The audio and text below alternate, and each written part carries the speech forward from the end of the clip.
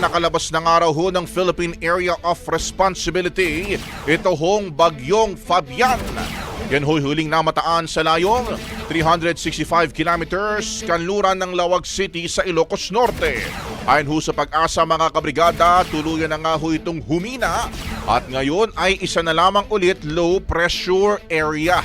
Wala na rin hong epekto ang naturang bagyo sa anumang bahagi ng bansa. Samantala, patuloy pa rin naman hong minomonitor ang isa hong bagyo sa labas ng PAR na may international name na Podul. Yan po'y huling namataan sa layong 2,220 kilometers east ng extreme northern Luzon.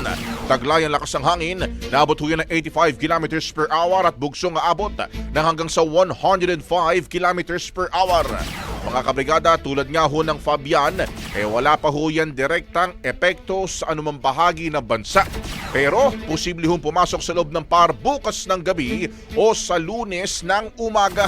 Kapag yan ho'y nakapasok na ho ng PAR kabrigada, yan po'y papangalan ng Bagyong Goryo. May tsansa pa nga ho yung lumakas at mabuo bilang isang typhoon at maaring makaapekto ho yan sa ilang lugar sa extreme northern Luzon.